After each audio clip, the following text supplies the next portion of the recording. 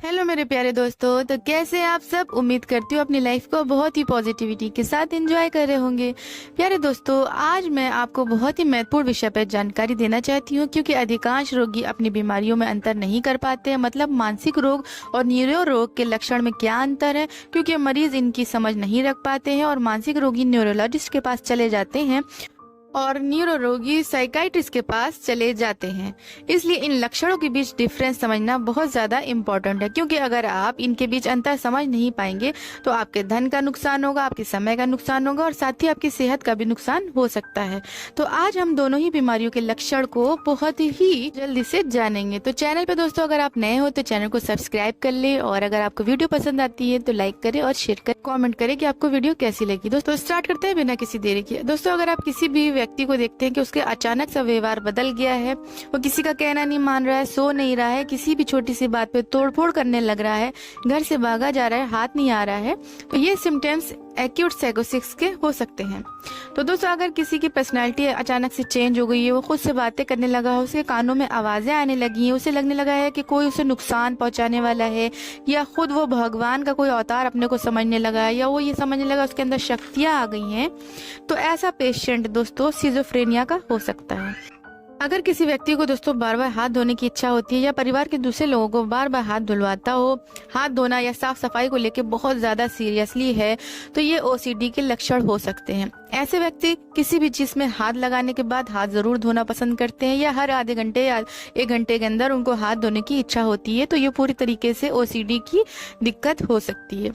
तो उसके बाद है दोस्तों ऐसे ही छोटी छोटी बातों पे लोगों को चिंता होने की जब आदत पड़ जाती है, या बहुत ज्यादा छोटी छोटी बातों पे चिंता करने लगे, तो ये एंजाइटी का लक्षण हो सकता है। और अगर अचानक किसी को घबराहट होने लगती है, धड़कन तेज हो जाती है, सांस में लेने में थोड़ी तकलीफ होती है, छाती भारी लगने लगती है, तो ये पैनिक अटैक के लक्षण हो सकते हैं। ये शॉर्ट लास्टिंग भी होते हैं। ये पैनिक अटैक 5 से 7 मिनट तक का हो सकता है। तो ये भी एक साइकाइट्रिक दिक्कत है। अगर दोस्तों आसपास कोई व्यक्ति अकेला रहना पसंद कर रहा हो, बात करने की उसकी इच्छा नहीं हो रही है, भूख कम हो गई है, तो ये सारे लक्षण डिप्रेशन के भी हो सकते हैं। तो ये भी एक साइकेट्रिक डिसऑर्डर हो सकता है। तो आपको इन सब बीमारियों में मनोरोग विशेषज्ञ के पास जाना चाहिए, ना कि न्यूरोलॉजिस्ट के पास। तो अब हम ये जानेंगे वो कौन से लक्षण है जो हमें न्यूरोलॉजिस्ट के पास जाने चाहिए। तो एक छोटी सी जानकारी मैं यहाँ पे आपको देने जा रही हूँ कि आपको कब न्यूरोलॉजिस्ट के पास जाना चाहिए। अगर किसी व्यक्ति को अचानक हाथ पैरों में कमजोरी होने लगी है, जबान लड़खड़ाने लगी है, सुनने की शक्ति अचानक से कम हो रही हो, तो ये लक्षण स्ट्रोक के हो सकते हैं, जो कि माइलेटिस की वजह से भी हो सकता है। तो ये एक न्यूरोलॉजिक बीमारी के लक्षण है। अगर अचानक से होश गुम हुआ जा रहा हो, किसी का हाथ पैरों में ऐंठन हो रही हो, या अचानक से उसके मुंह से झाग आ रहा हो, तो ये मिर्गी के लक्षण हो सकते हैं। झाग आना या ना आना दोनों भी इसमें सिम्टम्स आ सकते हैं। तो ये भी मिर्गी के लक्षण हो सकते हैं। इसमें थोड़ी देर इंसान बेहोश रहता है, फिर होश में आ जाता है।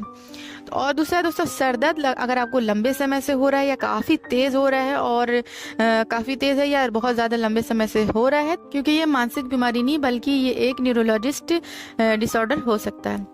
कई बार ऐसा भी दोस्तों हो जाता है कि साइकाइट्रिक बीमारी और न्यूरोलॉजिक बीमारी के बीच के सिम्टम्स सेम हो जाते हैं। जैसे कभी कभी लोगों को मिर्गी समझते हैं, लेकिन वो डिप्रेशन की वजह से वो बेहोश हो जाते हैं।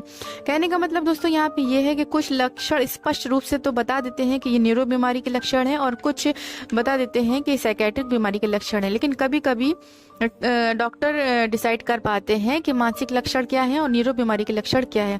तो दोस्तों अगर आप इन अंतर को समझ जाते हैं, तो समय रहते ही आप सही डॉक्टर का इलाज करवा लेते हैं, और आप इधर उधर भागने से और इधर उधर परेशान होने से बच जाते हैं, और आपका समय भी बचता है और आपका पैसा भी बचता है।